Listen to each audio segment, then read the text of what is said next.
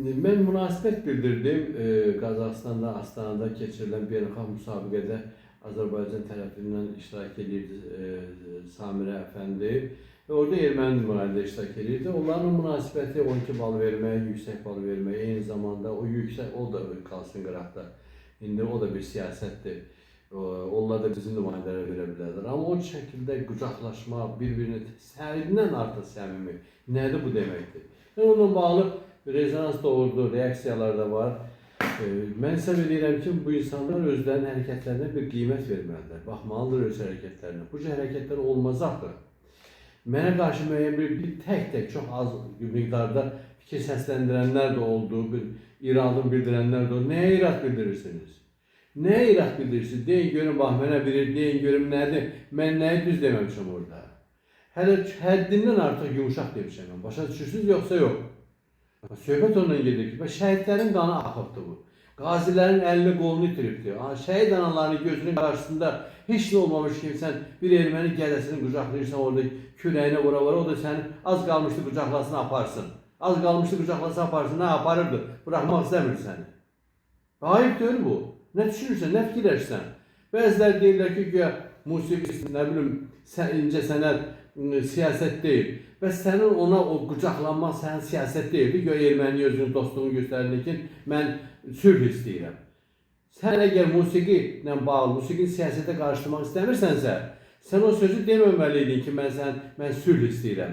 Yəni deməli, siyasətə qarışdırma məsələni. Musiqi festivaldır, oxuyursa o qiymətini ver, oxumursa qiymətini vermə, uzaqdan da denən xoş getdim. Sən deməli onu qucaqlayırsan, sonra yüksək qiymət verirsənsə, artıq sən siyasətin içinə girirsən. Ona görə heç kəs bizə irad tuta bilməz. Erməninin yerini göstərmək lazımdır erməniyə. Bir müddət əvvəl Türkiyənin Van şəhərində biz konferansda ediyor orada. Bir erməni qadın gəldi orada, çıxış eləmək istədi. Hamının yanında durdum, onun sözünü kəsdim. Dedim ki, burada sən başlama danışmağa, nə sizin günahınız yoxdur, nə bizim günahımız yoxdur. Sizin günahınız həddindən artıq çoxdur. Və bundan sonra dedim, sən və sənin kimi bütün ermənilərin ancaq bir dənə söz ola bilər Azərbaycanını görəndə. Azərbaycanın əlindən, ayağından öpməlidir və üzr istəməlidir. Başqa heç ağzını açıb başqa söz danışmamalıdır. Budur sizin cinayətlərinizin cavabı. Bu günlərdə həmin ermənilərə bu mövqeyə yanaşmalıdır. Azərbaycan prezidenti nümunə göstərdi hər birinizə. İstənilən beynəlxalq tədbirdə, baxmayaraq ki, o tədbirdə sülhdən danışılır və s. və ilaxır. Azərbaycan prezidenti ermənilərlə bağlı mövqeyini tam şəkildə açıqlayır.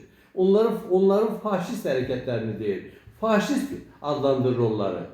Yəni ona görə Azərbaycan prezidentindən izləyirlər, tutaq ki, beynəlxalq təşkilatlarda da deyənlər var ki, biz sülh istəyirik, sülh yönətmək istəyirik Azərbaycan Ermənistan. Niyə siz münasibətləri bu şəkildə sərtləşdirirsiniz?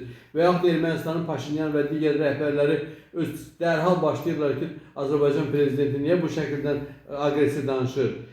Biz regionda sülh istəyirik, amma sizin bağışlanmanız mümkün deyil. Başa düşürsünüz bunu yox, ay ermənilər. Siz özünüz Azərbaycanda yaşamaq hüququnu itirdiniz. Başa düşürsünüz yoxsa yox? Yəni Azərbaycanda törətdiyiniz cinayətlərə görə sizə bu münasibət bəslənir. Axıra qədər də bu münasibət olacaqdır sizə. Ona görə də mən yenə də hesab edirəm ki, bu məsələ ilə bağlı ciddi rezonans doğurdu, çoxlu münasibətlər var. Burada gediş-gəlişləri də dayandırmaq lazımdır. İndi ola bilər ki, görün Azərbaycan prezidenti Paşinyanla görüşəndə nə cür görüşür onunla?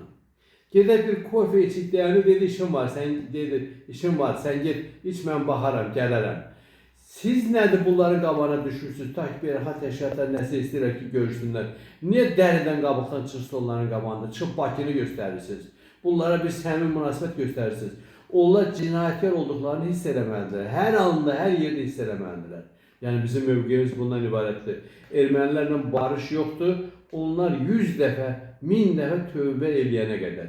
Onlar da tövbə eləyən deyirlər. Biz onları 20-ci əsrdə 3 dəfə bağışlamışıq, 3 dəfə də bizə arxadan zərbə vurublar. Kimisə əlində alət olub bizə zərbə vurublar. Ona görə də bu dostluq ermənilərlə qutarıqdır. Başa düşmunu, mövqeyimiz açıq bundan ibarətdir. Ona görə kimi xoşuna gəlir, gəlmir, biz mövqeyimizi bu şəkildə ortaya qoyuruq. O mövqeyini geri çəkmə fikrimiz yoxdur.